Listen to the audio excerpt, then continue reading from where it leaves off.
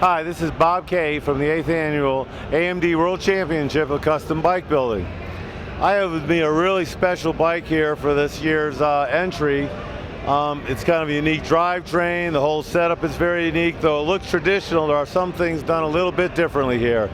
Can you tell us what your inspiration was? What kind of put you in the direction and why you started this project? The main thing that I worked after, I wanted to see what would a shopper look like 1930, and then I found this engine and the gearbox. That's a Husqvarna 550 side valve.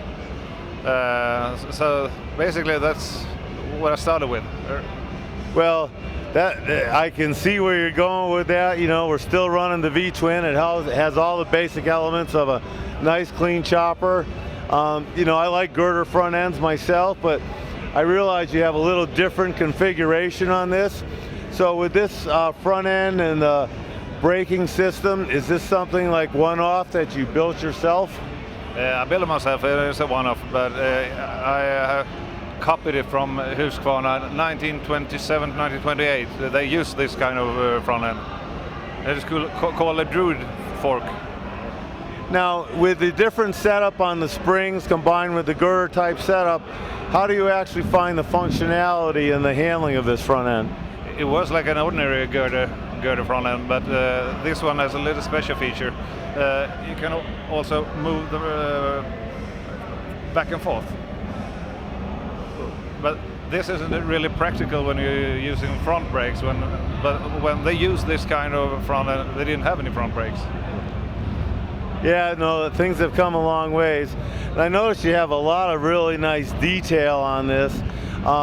Let's talk a little bit about the frame. That would appear to me, the way you have a lot of the mountings, that's kind of a one-off setup too. A lot like the new modern choppers, yet maintaining a very historical look with the tank mounted, almost like the old side valve Harleys. It is a one-off frame too. But, I try to make the frame in an old style with a modern design. So every pipe is curved instead of straight pipes, and that's a modern part. On the other hand, I assemble it with old technology. I don't know the right word is soldering instead of welding some parts. Right. Yeah. Now, with a setup like this, obviously there's no blueprint or no frame jigs to go. So just about how did you go about in terms of the setup? I imagine you kind of worked from the engine and stretched out. Just how did you approach that? A lot of trial and error. But I made a rough sketch in 1:1 scale to see if I could fit in all the components I wanted to fit in the frame.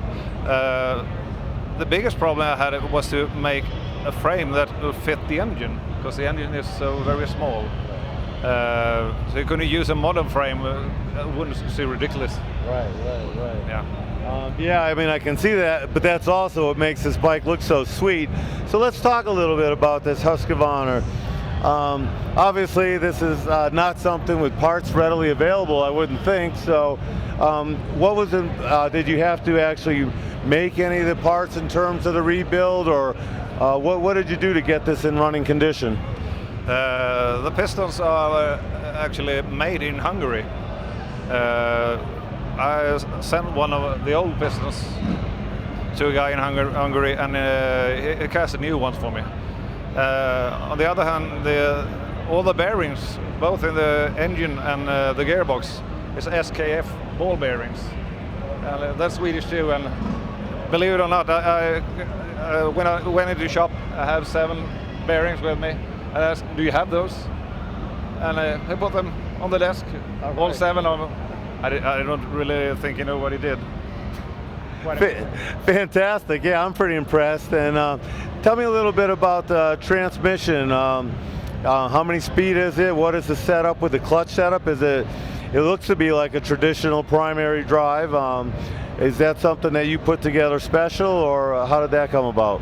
The gearbox is a Husqvarna 3-speed gearbox, and the transmission is actually an FXR, Harley Davidson, which I narrowed and took away the starting gears.